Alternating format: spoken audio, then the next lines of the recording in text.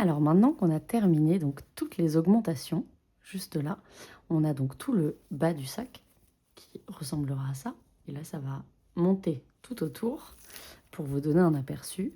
On va donc s'attaquer au corps du sac. Et donc là maintenant pour le corps du sac, en fait, à chaque début et chaque fin, on va faire donc une maille en l'air au début et une maille coulée à la fin pour pas qu'il y ait de démarcation au niveau des hauteurs. Voilà, ça va faire donc quelque chose comme ça, donc qui sera beaucoup moins visible, sinon ce serait un petit peu en escalier. Donc là, on va commencer par une maille en l'air, donc on enroule autour et on va juste faire ça, ce qui fait que ça fait une maille un peu plus haute. Et là, on va donc continuer en demi-bride pour ce tour-là.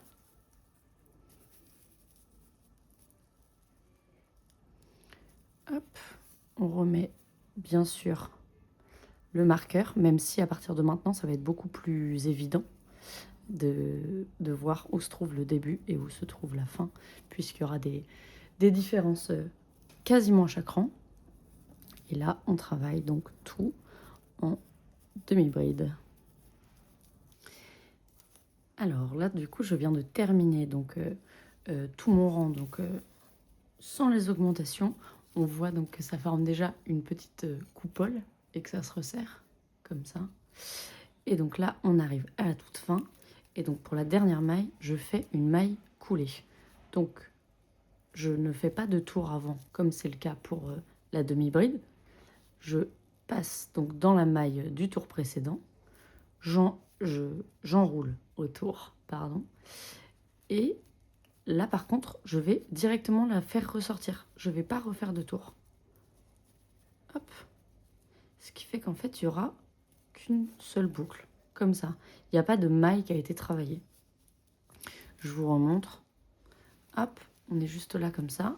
Donc, je passe dans la maille précédente, j'enroule et je fais ressortir ça directement sans enrouler. Ce qui fait que, hop, j'enlève le petit marqueur de maille. La séparation, enfin la démarcation sera beaucoup moins importante puisque là, on aura l'impression qu'on termine au même endroit, alors que sinon, ce serait plutôt comme ça. Et donc, ça se verrait. Et là, en fait, ça va éviter ça. Et donc là, maintenant, on va se mettre à travailler donc en double bride, puisque je vous remontre sur l'autre. Pour le corps, c'est une alternance donc de demi-bride, puis de double bride. Donc là, je vais vous montrer comment est-ce qu'on réalise ces doubles brides. Donc là, on va commencer par faire 3 mailles en l'air, puisque les doubles brides, elles sont beaucoup plus hautes. Donc il faut effectivement préparer un peu le terrain. Sinon, en fait, elles vont vraiment complètement se pencher. Elles se mettront comme ça. Hop. Une troisième. Et là, donc, pour travailler des doubles brides, on va faire 2 tours autour du crochet comme ça. On fait 2 tours. On pique donc dans la maille suivante. Hop, qui est un petit peu dur comme j'avais fait la maille en l'air. On pique ici. Donc là, on a déjà 4 mailles, 4 boucles ici sur le crochet. On fait un tour. On ressort donc le tour. Hop. Ah, un peu difficile. De un seul. Donc là, on en a toujours 4. On retourne. Et en fait, là, plutôt que de tout ramener d'un coup, on va donc enlever les boucles 2 par 2. Donc là, on a donc cette dernière boucle et on va la faire ressortir uniquement de ces deux-là. Et là, on va réenrouler, la faire sortir de ces deux-là, réenrouler et les faire sortir les 2 dernières. Hop, ce qui fait que donc voilà, c'est beaucoup plus haut. Alors là encore, la première maille, on ne se rend pas trop compte forcément. Il faudra attendre d'avoir un peu avancé. Donc j'en refais une avec vous pour vous montrer. On fait 2 tours. On pique donc dans la maille qui suit. On enroule. On fait ressortir.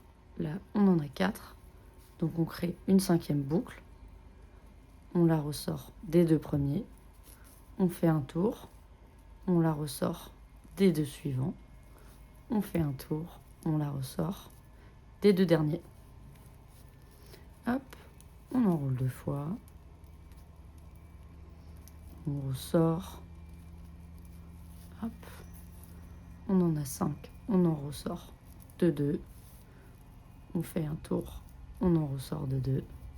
On fait un dernier tour, on en ressort de 2. Et voilà. Et donc là, on va travailler ça donc tout le long du tour. Et après, donc en suivant le patron, vous saurez exactement comment réaliser tout le corps, puisque là, maintenant, vous avez absolument toutes les techniques. Donc on se retrouve pour la 3e et dernière vidéo pour réaliser la anse, donc savoir comment on la commence, comment on la termine et comment on fait l'entre-deux.